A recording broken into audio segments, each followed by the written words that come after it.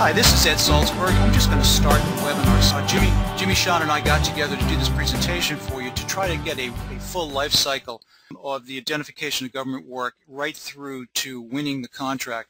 Jimmy, as many of you know, is a consultant and strategist in the public sector. He's got about 25 years of experience, and he wrote the book on how to win business from the federal government. This is the best source of information about how to identify where the money is in the federal government. It's a resource that I use all the time. My background is pipeline management and capture management and helping companies set themselves up so that they're much more competitive and positioned much better than their competition. I work at the C-level of the company and then down. Sean Campbell is a senior consultant with ePipeline, a business intelligence service, and that's where you go to find out about opportunities specifically. So between Jimmy, who understands the budget and how to find out the information where the government is spending money, especially on the new starts, Sean's experience with ePipeline, identifying the specific opportunities, and the experience that I bring in terms of running the organizations and capture management, we really do cover the waterfront in terms of the full life cycle of identifying and landing work. In the webinar, we're going to talk about those three things: following the money, winning the opportunities, and how to win more than your competitors.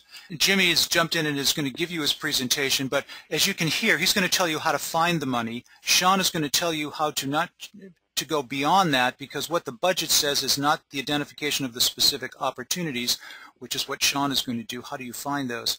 And then I'm going to put together a decision framework for how do you actually win them. Identifying them is one thing, but setting yourself up to actually win them is another.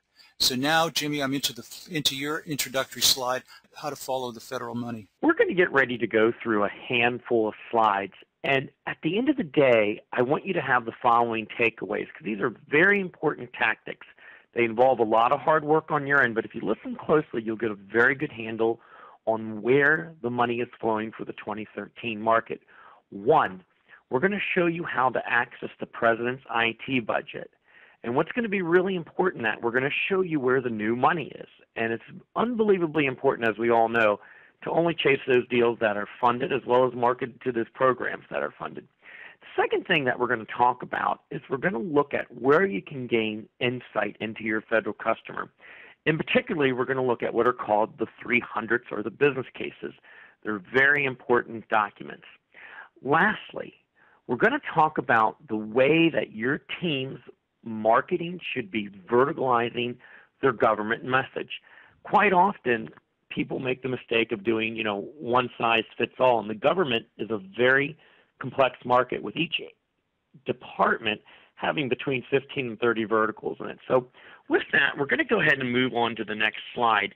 And as you will see on your screen, it's a big spreadsheet of the $74 billion federal technology budget. And you're going to see a column there highlighted in yellow, and I want to talk to you about what that is. Within any agency, you have money that's called DME, Development, Modernization, and Enhancement. This is your new money that's going into a program, or new money that hasn't existed before that's now available for you to go after. And as you're going through this, you always want to be mindful of where the DME funding is in any given federal program. Now, the way you access the President's IT budget, you can see on your screen there, is I have a URL address. It's out at whitehouse.gov/OMB. And what you're going to do, you're going to literally, when you go onto this web link, you're going to scroll down almost a third of the way down, and you'll click on the report for federal IT spending. What happens when you get this report? It's a big Microsoft Excel spreadsheet. And what you're going to look into is the agency that you're targeting. Now, we're going to take an example today of Health and Human Services. For the 2013 budget, Health and Human Services had 724 line items for the technology budget for 13, a total of $7.1 billion, of which $1.3 billion was new money, or DME. Now, what's important for you to understand, no matter what the agency is that you're looking at, when you go into an agency, this is a tactic you can use to find where money is for what you do. I want you to make a short list of what your company does. Write down 10 to 15 keywords. If you don't know where to start, Go out on your company's website, look at all the things you do, and I want you to write those words down.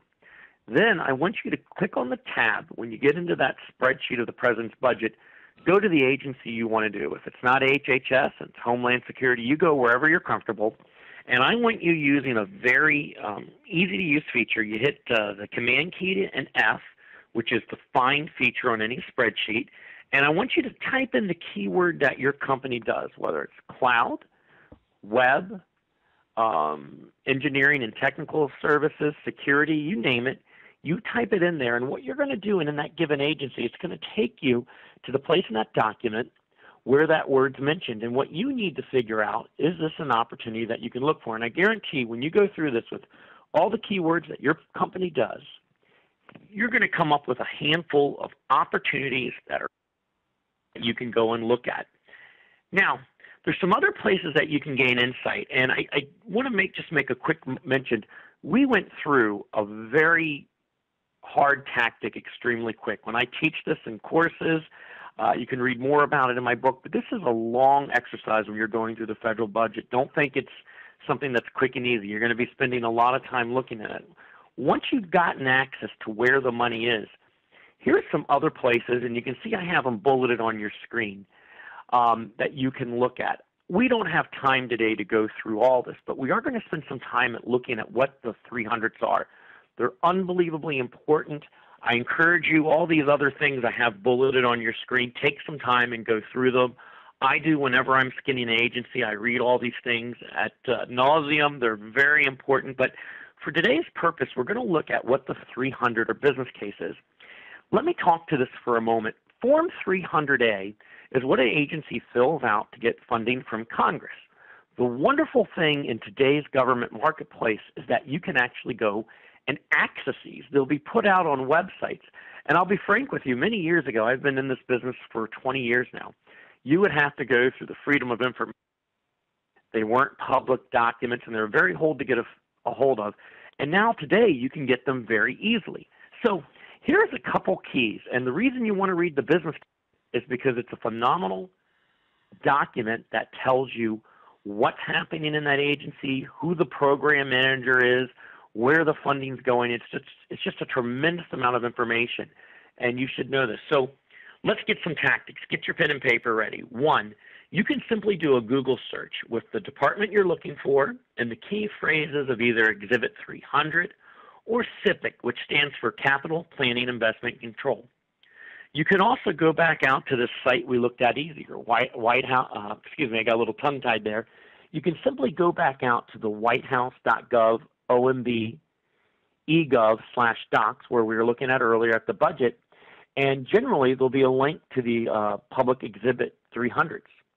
Lastly, many agencies will either put their Exhibit 300s on the CIO's webpage, or you can go out and look at the IT dashboard, which is pretty easy, and that's the example I have on your screen there, where you can look at them. And again, I encourage you, as you're going through and looking at your targets for 2013, A, know where the dollars are.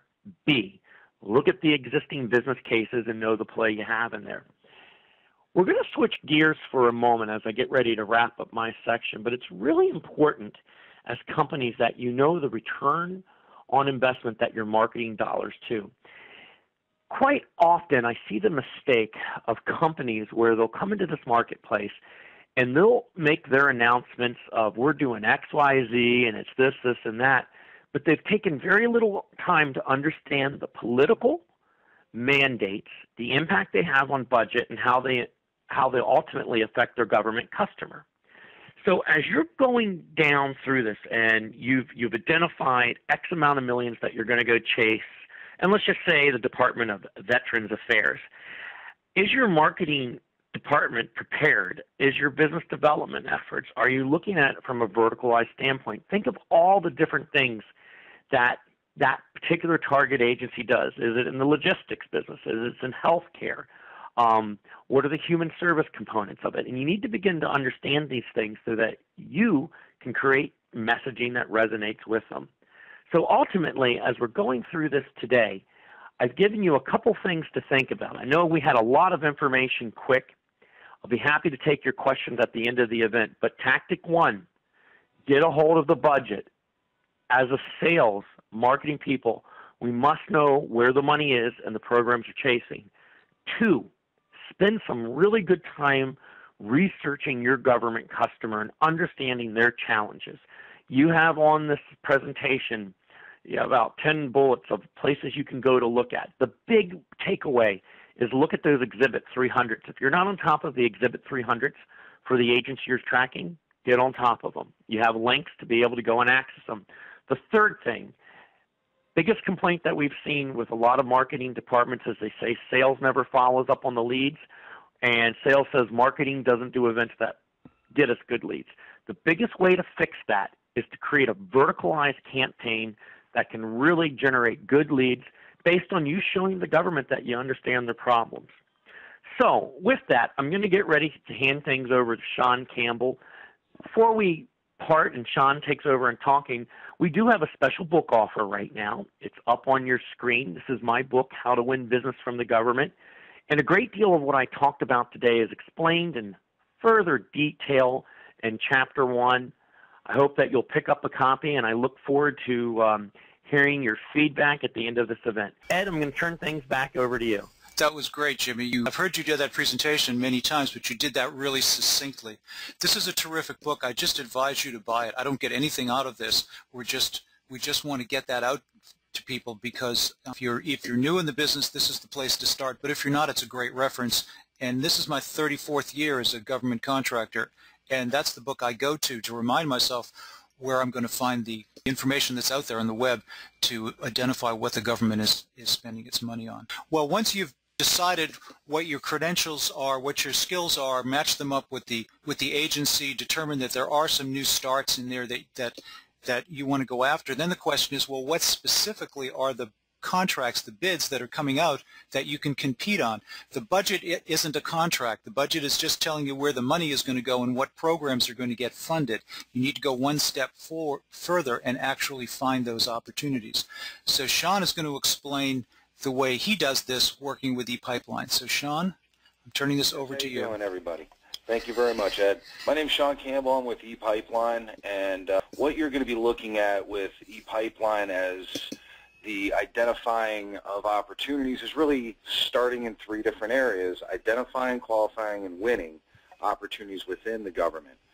And a lot of opportunities are out there that are specific for vehicles, as well as opportunities that are broad-based, etc. However, not a lot of people out there realize of a lead time. When you've got an issue with the gap between sales, management, and your full team as a business development arena, you're still missing a complete overview of what your team can really hone in on. So without missing the curve, you're usually identifying opportunities anywhere between 90 to 180 days out, unless you do use a solution as in the ePipeline. We are able to allow you to go after opportunity notices upwards to 60+ months in advance notice.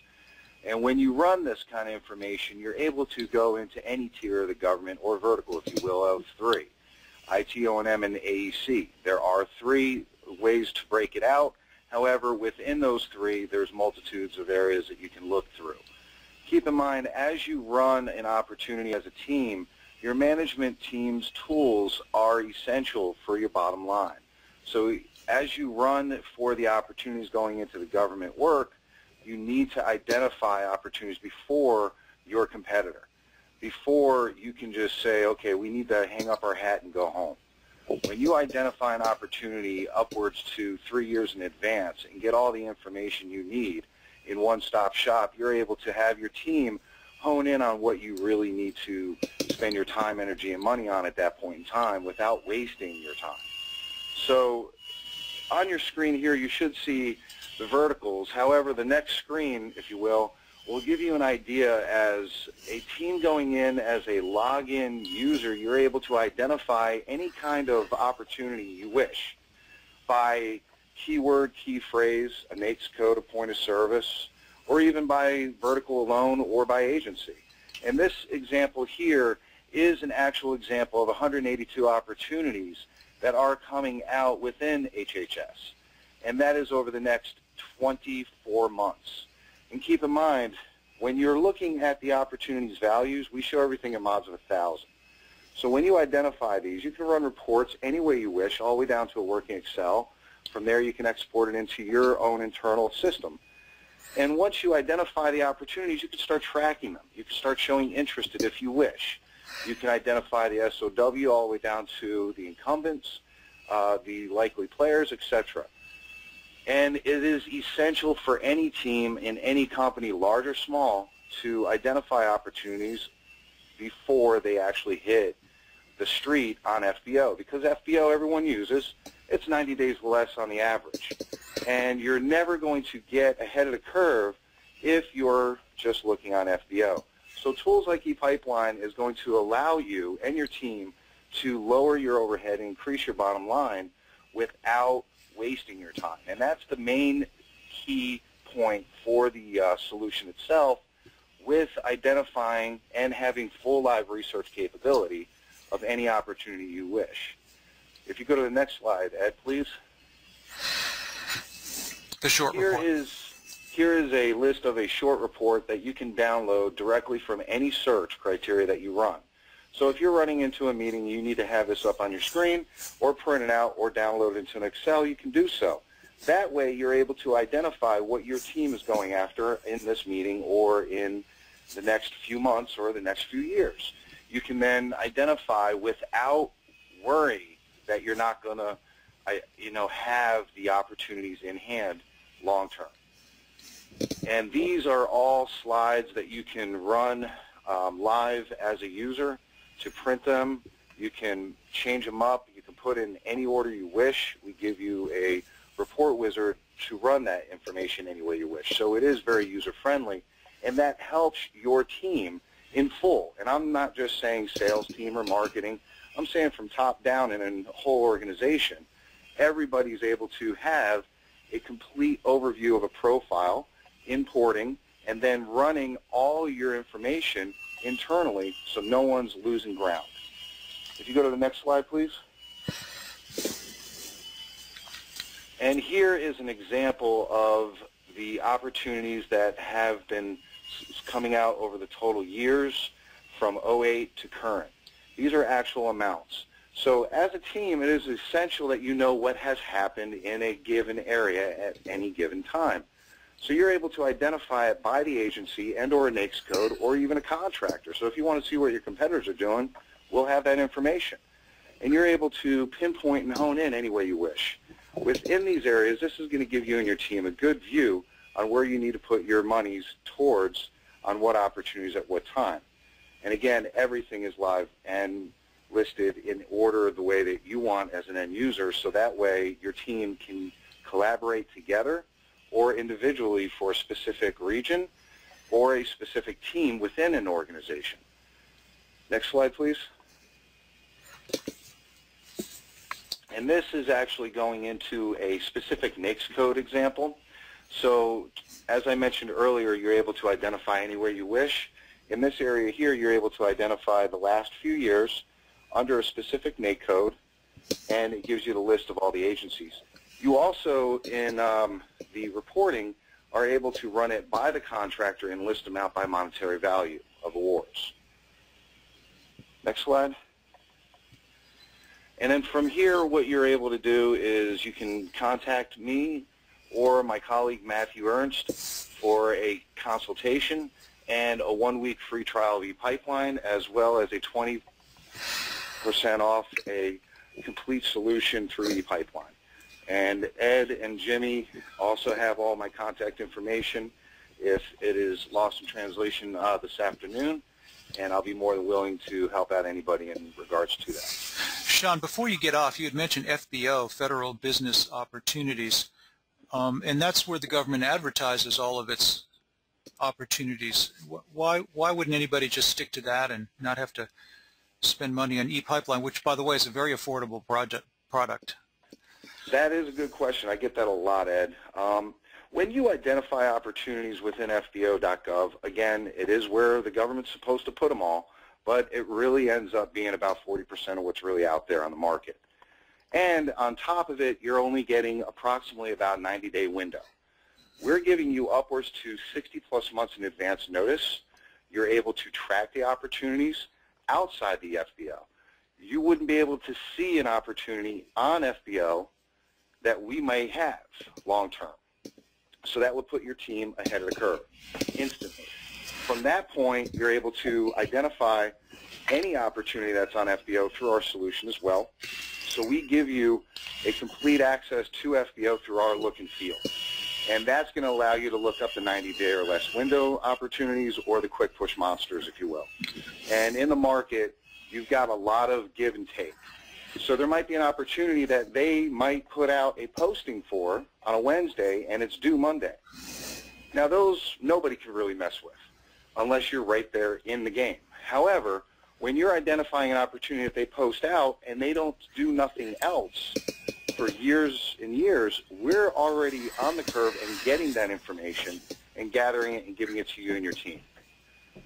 So across the board, you're looking at long-term, you're looking at live research, you're looking at great customer care, and a one-stop shop to put everything in order so you and your team know where you're going. Hence the word pipeline for ePipeline. We're giving you a long-term pipeline. You're also able to do a short-term pipeline. So it's up to you as an end user if you wish to run it for quick push opportunities or long-term. And across the board, you're able to report on all of them, and that way it gives you the good curve. Perfect explanation. Thank you, Sean. So up until now, we've talked about where the money is, how to determine what the federal government is spending its money on, from the budgets down to the programs into the offices. From the offices, Sean talked about how to identify opportunities and specific opportunities that you can actually go bid and try to win. And you saw some very big numbers in there.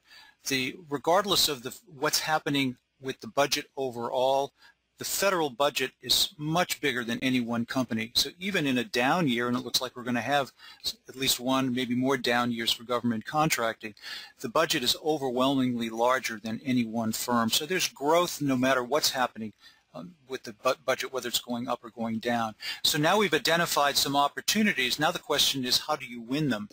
Just getting a list doesn't mean that you've got a program in place that allows you to win those contracts. Let me just talk about that just a little bit. How to win more than your competitors. The number one reason most contractors lose: confusion as to how to start, what to do once they've identified an opportunity. Not getting the right competitive information in time to make an informed bid decision is just a clear loser. It doesn't matter if you have the right credentials. It doesn't matter if you've identified the opportunity early enough.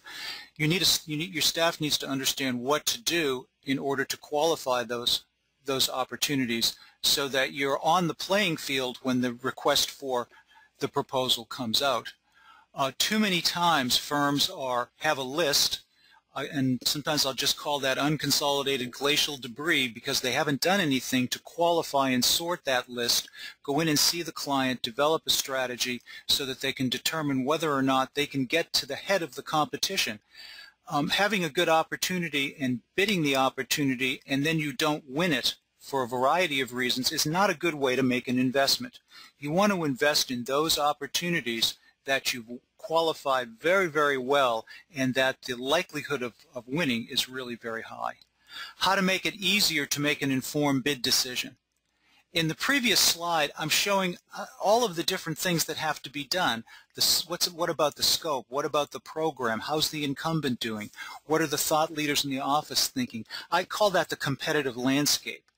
And the firm that wins is the one that generally is the one that understands that competitive landscape so that they can put together a proposal that really is responsive and that also understands how it needs to navigate among its competitors in order to win. You're not competing against the government, you're not competing against yourself, you're not even competing against an RFP. You're competing against other firms. And knowing that competitive landscape and where you sit on it in relationship to those firms really does separate the winners from the losers. How to make an informed bid decision really answers that first question: what do we do in order to get ourselves organized to execute an effective capture program? I use a 5-part process to do that. I call it the bid decision framework. It's not magic. It's just the scientific method. Think about what you're going to do. Go do it. Get the right information. Use that information effectively. Shipley and others train on systems that are very, very similar. But I do one thing that I think really does make it easy for capture teams to execute it. I break those stages down into very simple questions to answer in order to move into the next stage. And I'm just going to run through this very, very quickly. In order to become a prospect, to get on your list, to go from unconsolidated glacial debris to a real prospect, I only want to answer one question, which is, can we do the work? We can think about a lot of other things, like, does the client like us? What's our solution? Are we better than the competition? Do we have a program manager? But really, if you're not in position to do the work, you want to quit right there. But once you get into a prospect, then you want to move into the next level of maturity of that opportunity. And the only relevant question at that point is, how high is the bar to get on the playing field? Is there a competitor that's a lock to win? And there are lots of reasons why competitions are really not competitive for legitimate reasons. Firms have a history with the client and have access to data that it would be very difficult, highly risky for the client to change firms. Knowing that, even if you do have good credentials, even better credentials than the incumbent, you're still not likely to win. So let's assume you've determined that the playing field is level. The question is, are you on it? You could have great skills, but the client doesn't know that or understand it, and you've got an uphill battle. Spent many years at SAIC. I really learned the business there, and we tried to get into the hazardous waste business with DOE in Tennessee, at Knoxville, and we failed and failed and failed because they saw us as an IT company, not as a hazardous waste company. We were not in focus. We spent 5 years just changing that focus before we went back and bid again. So as you can see, there's questions here that focus the activities of the capture team. And if the answer to these questions as you go up is a no, that's a good no-bid decision point. An early no-bid decision and getting an opportunity off of your bid list so that you can focus resources on those opportunities that you really can win, those are excellent decisions to make. An early no-bid decision is almost as good as a bid decision later in the game.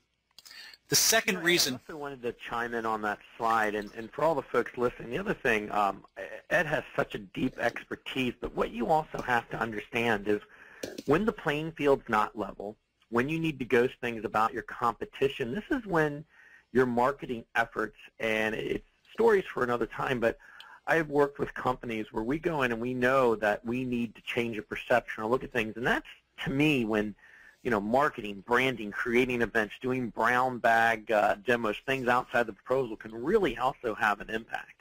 That's exactly right. And getting in focus so that client sees you as the kind of firm that it can depend on, can trust to be the lead in that area is really what Jimmy is talking about. Okay. What Jimmy talked about was a disciplined approach to identifying where the money is going, and a disciplined approach and eyes wide open look at your own credentials so you can match up the money with those credentials. Sean talks about a disciplined approach to creating bid lists that really do support the budget and the capabilities analysis that you've done. The key word in their presentations and what I'm talking about is discipline. A disciplined approach means you're going to be making an informed decision, and that's going to increase your win rate. You need discipline in all aspects of the life cycle of the bid identification and proposal development and adjudication of that proposal. Here's the second reason most contractors don't win. They don't measure what they're doing. I had a professor who once said to me that you don't really know anything about a topic unless you can measure it. And there are probably some counterexamples, but it's absolutely true for business development. If you don't have metrics, there's no reason why you're going to meet them.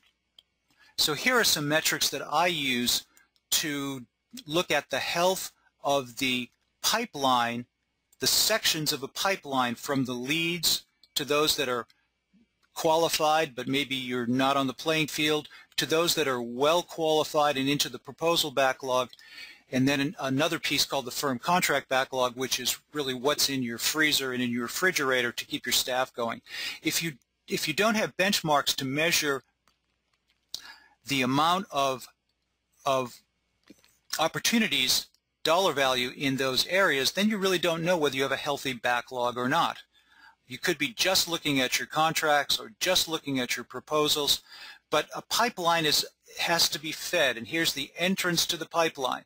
And you can see in this example that this company has about 99% of its backlog. It's meeting about 99% of the benchmark that I've set up, which is generally 2, sometimes 3 times revenue. Its qualified proposal backlog is very strong as well, but you can see it hasn't been very good at identifying leads. That could mean one or two things. It's very opportunistic, and it doesn't really have a business program in place, which means it probably will be able to feed its staff, but it probably won't grow. Or number 2, it has a good business development, business identification program in place, but it's not finding anything. Its market is not robust anymore. The government's not buying its services, so it has to do one of two things: either change the services or look for new markets for its current services. But these analytics really tell you where you need to make your resource investments. If you can't measure it, you don't know much about it. You can't make effective resource decisions. The firms that do that identify the budget, use that budget to develop their marketing program, identify the agencies they're going to focus on, use a substantial search engine business intelligence service like ePipeline, and then have an excellent capture program where they're staging their bids and measuring performance and measuring the amount of activity leads in each stage of the pipeline, are called industry leaders. Those are the firms that consistently grow. The difference between the average firm in the consulting business and the industry leader, the difference between their revenue growth, it is that the industry leaders bid and win more often. The shape of their revenue curve is generally the same. It's a step function.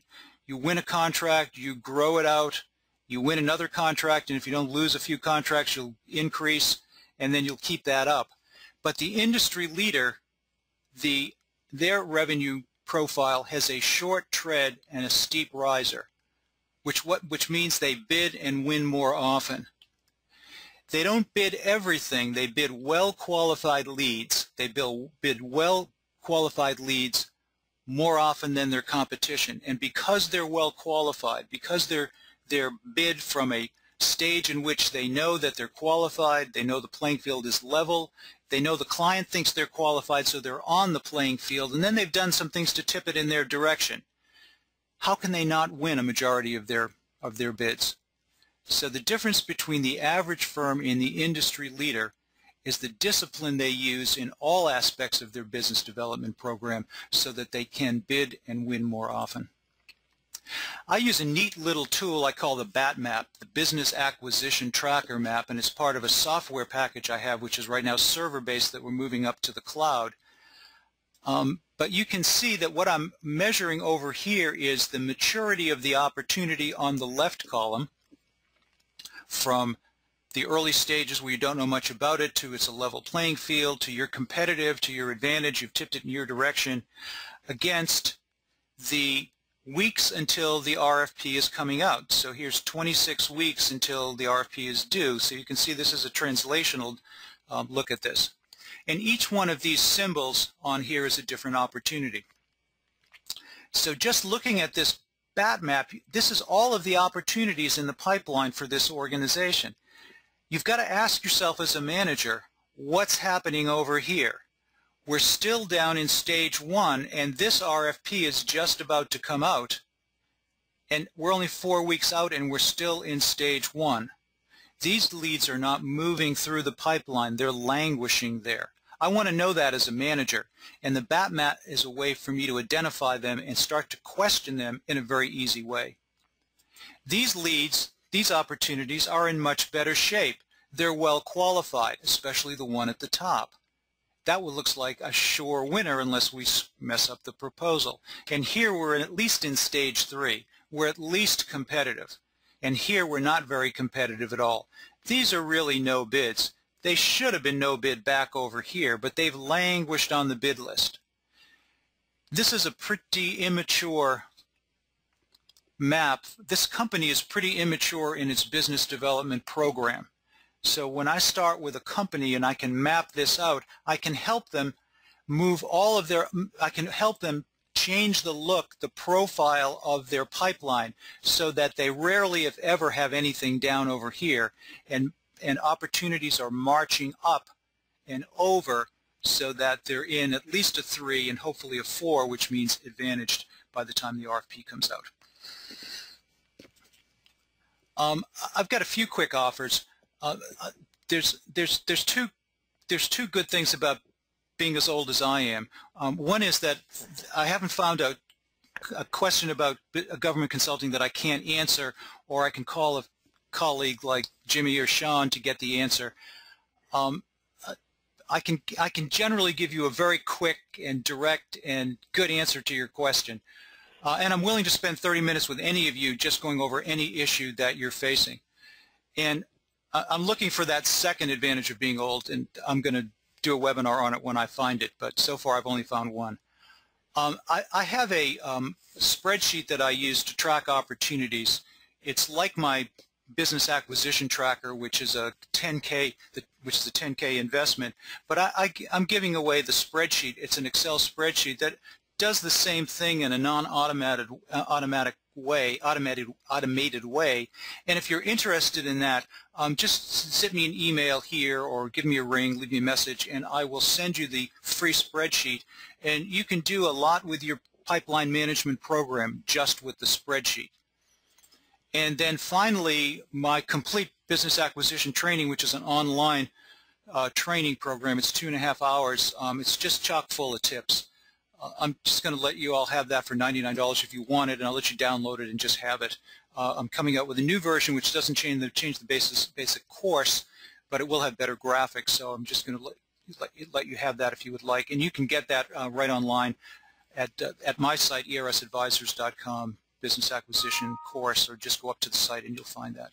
So here are some takeaways that we wanted you to keep. And Jimmy, I'm going to let you just run through the first 3. And Sean, we got together a little late in the day, so we're going to have to talk about the conclusions out of your presentation. I've got a few of myself that I think I want to weigh in. So Jimmy, we want to identify the DME funding. I will. Hey, the bottom line is this. It's hard work, and that's the difference between people that really win and lose in this business. It's a lot of hard work. It doesn't come easy. Your takeaway from me is if you're, the new federal year has begun, things will be a little quiet now till after Dr. King's birthday in January, and we probably get a new budget passed. We're going to have a new president. Start now. Just grab 2 or 3 agencies and start running down where the money is.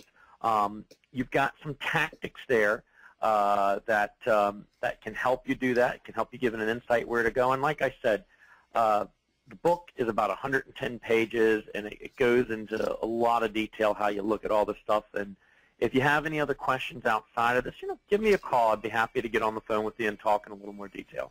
Sean, we didn't get your points on the slide, but before I turn that over to you, any of you that would like to get questions answered, on the GoToMeeting window, you'll see a questions section, and if you just drop your questions right in there, we still will have time to address several questions. And I can see there's a bunch in there now, so great. Thank you for dropping those in. Okay, Sean, I'm going to just let you do a quick summary. Yeah, absolutely. I actually like the fact that it says point 1, 2, and 3 because really it's the ABCs of the government work. Identify, qualify, and win the right opportunities. So really at the end result, you really need to stay abreast on what your competitors are doing, what your agency's goals are going to be over the next 3 years out. And then from there you're needing to keep everything in order because a lot of people really run around with their heads cut off not knowing where they're going to go in the next few weeks. And once they're able to identify it long term and keep it abreast for tracked opportunities in a long-term viewpoint, you're going to be less stressed and your team's going to be winning more opportunities across the board. Almost like what Ed mentioned earlier in one of his slides, a complete leader in the market. I don't care if it's a large corporation or a small business, three-man or three-woman operation. You're looking at a short result going flat and a tall result going up. So you're really looking at the steps. Inch by inch is a cinch, yard by yard it's very hard. A lot of contractors out there really do not know how to make that yard, break it down into an inch, and then win yards in advance of your competition. And if anybody has any questions for me as well and or would like to meet with me, they're more than welcome in order to do so. And Ed, you can have all the contact information out there as well. I have a slide on that. So beating your competition means understanding where you stand on the competitive landscape. You could be very, very good. You could be the best firm you know in an area. You just didn't realize there's someone out there that's better. You could have because they put together a team that fixes all the weaknesses that you know they had. Lots of ways to win. You've got to make sure that you understand what the competition is doing, even if you're very good. Conversely, you could be weak, but the competition is weaker. You may not bid something because you think that you're weak, but it may turn out that something has happened and the teams didn't come together correctly. So it's not your credentials that matter most. Of course, they're very important. It's your credentials in relationship to what's happening with the other firms. Making an early no-bid decision just means you want to save resources. Making a late no-bid decision doesn't do you much good, especially if you really couldn't have won anyway. First of all, you've clouded up, you've gummed up your pipeline. Management thinks you've got a robust pipeline when there's many things on there you'll never bid. So you might as well ask those disqualifying early questions. Does somebody have a lock on the work? Is it a high bar for us to get in focus with this client? If the answer is yes to both of those, you want to make an early bid decision, get that off, and find another opportunity that you can win and invest in that one heavily. Only bid well-qualified opportunities. I'm not a big fan of flyers. Oh, we're going to do the proposal, spend $75,000 so the client will see our credentials. Well, it doesn't cost $75,000 to have the client see your credentials. Just go down and show it to them. Much less expensive just to do that. Schedule a meeting, do a briefing, show them your stuff. They'll get it. You don't have to spend 70 grand on a loser. I never bid out of stage 1 and 2. I only bid out of stage 3, which means we're on the playing field. The client thinks the client would trust us to win this, or stage 4 where we've tilted it in our direction. And if you don't have any analytics to manage your pipeline, not likely you're going to meet any of your financial goals. You've got to tie them together. If you want to reach Jimmy, here's his contact information. It's a great book. You can reach me here. I'd love to do a consultation with any of you. I'd love to talk about issues, regardless of what the issue is. It doesn't even have to be about business development. Any issue that has to do with government contracting, managing the company, beating the competition, marketing, making human resource decisions. And my Pipeline Manager is a great little freebie, and if you're interested to really understand very concrete, disciplined approach to business development, $99 is pretty inexpensive to do that. And Sean, your offer to consult with people, give them a week's trial, and also a 20% discount off of an already competitive price for what you get from ePipeline is a great offer as well. We had one question, Jimmy, and that's about eBuy and these shorter term things. Do you have to be this disciplined to go do an eBuy buy? You know, the answer is yeah, you should be. I mean, typically, by the time you get, if you do your job really well, the government's going to ask you where and how they can buy from you, and you're pushing the vehicle. So, you know, I'd encourage everyone out there is, you know, the bottom line, I think, of what I'm saying is if you sell widgets, go look at the budget, do a keyword, and know where all those widgets are and target your efforts that way. But, you know, typically, and we don't have time for it, but there's several examples I could give you where I found a deal with clients either reading a GAO or OIG report or some nuance. We went in, we showed where we solved a problem, and basically at the end of the day the government was like, well, what's the easiest way for us to get to you? And these were deals that, I mean, they're not going to get forecasted. They were kind of done through a schedule and limited competition, and it was kind of a big push to do it that way. So back to your answer, yeah, there's no substitute in doing your homework. I would agree with that too. Just you can't do all of these steps. If you see something on eBuy, you've got to get your bid in. But even if you don't know things are specifically coming out, the budget's going to tell you what they're buying, and you should be in there talking to those those agencies anyway about what's on their purchase list. So it's not a surprise when something comes out and they already know you.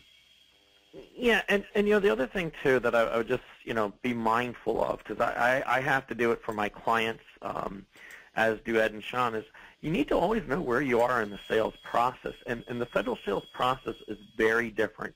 It's not like selling a physical product you'd go in a store and buy. You're going through attention, interest, conviction, and then this whole proposal and making it down to your BAFO offer and actually getting an award and having support. It's a very complex process. So my thing is what I like to do is steer people to the easiest vehicle that they can get to my customers with path of least resistance. But the homework's always done. A question about the defense budget. If it's really going to get slashed, and clearly the large contractors are going to get hurt, absolutely true. But the question goes on to say, well, what about a small contractor? Can we still do well in that environment with the budgets coming down?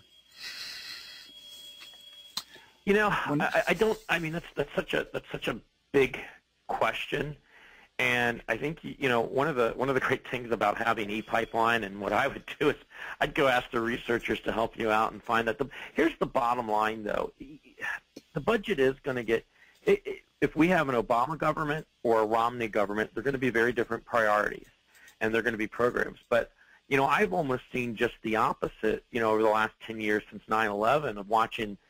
With the exception of the last 2 years, the IT budget has ramped up and up and up. But what I would do is I would understand, and this may have more to do with political mandates and Congress people, I'd understand where that money is going to get impacted and how it will trickle down to you. Because, yeah, if they're going to cancel contracts, they're going to do it across, and it could absolutely have an impact. And, that's such a complex answer. I'd be happy to spend some more time with you on that, but I would know the answer to that question by following the trail of how a program will actually get canceled and why and what will happen. Mm-hmm. And then I would also know the activity. The government just doesn't close a base or cancel doing something. There's processes, that are with that to shut something down. So I would a lot more to that answer, but it's a good question. And Sean, I know too that ePipeline has a number of reports and resources too that someone can get a hold of.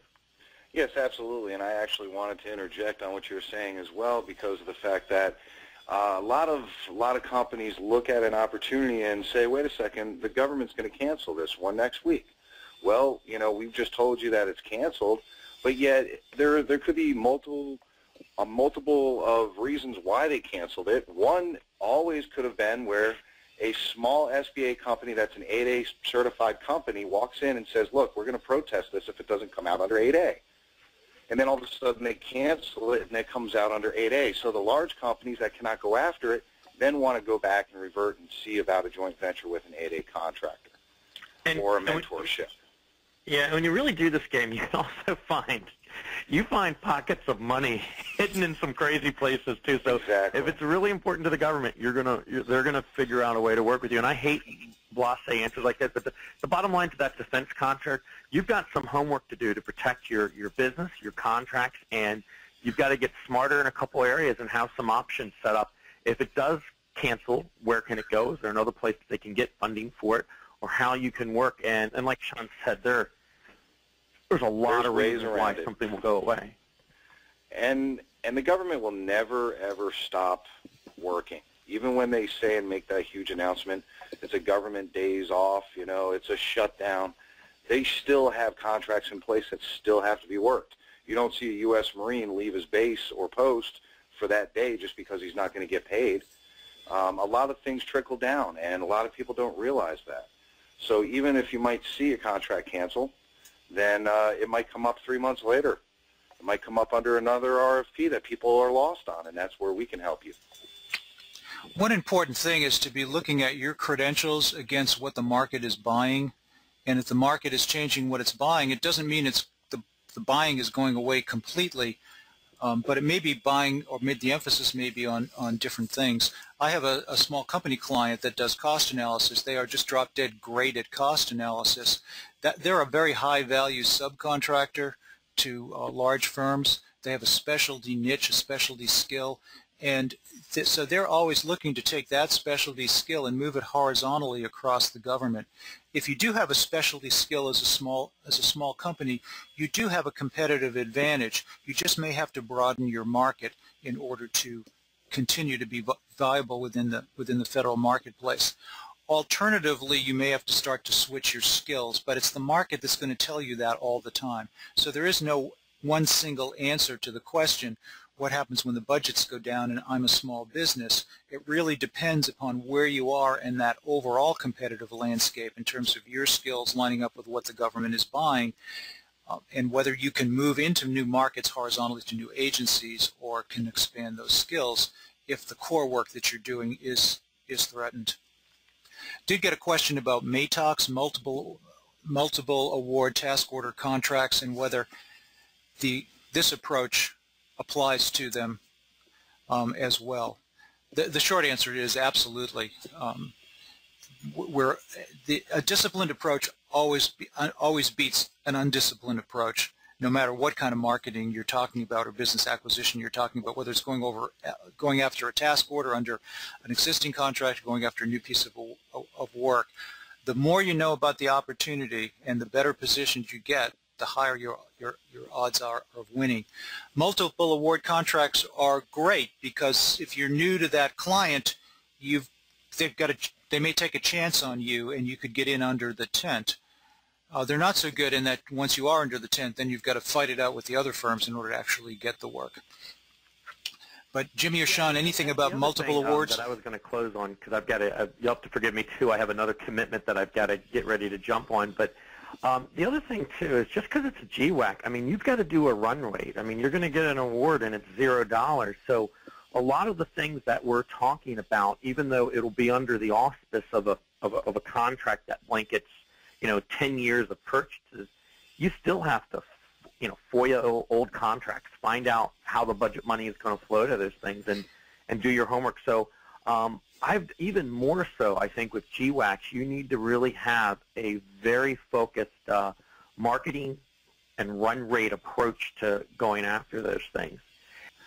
Great, and that was actually the last question, and so I just want to let you know that we're going to be doing a follow-up webinar on November 14th where we're going to do a business development case study and really delve into one agency, one procurement, and developing a meaningful acquisition program for that. And I just opened the registration for that. I don't have it up on our website or a landing page for it yet, but all of those that are on the webinar, we'll get that information out to you so you can sign up for it. If you're interested, and please tell your colleagues and friends about it. When the webinar signs off, you should get a quick survey. I hope that came up, asking for what you liked, what you didn't like, and some suggestions. If you just take a minute to fill that out, we would appreciate it. And that was the last question that came up, so I just want to thank everybody for bearing with us. We are making the slides available. We'll send those to you, and also information where you can access the video recording. We'll have that up on a free site that you can see yourself or let others know about it. So thank you very much for your time. Just about all of you stayed to the bitter end. So Jimmy, Sean, and I appreciate that. So thank you very much, and I'm going to end the webinar at this point.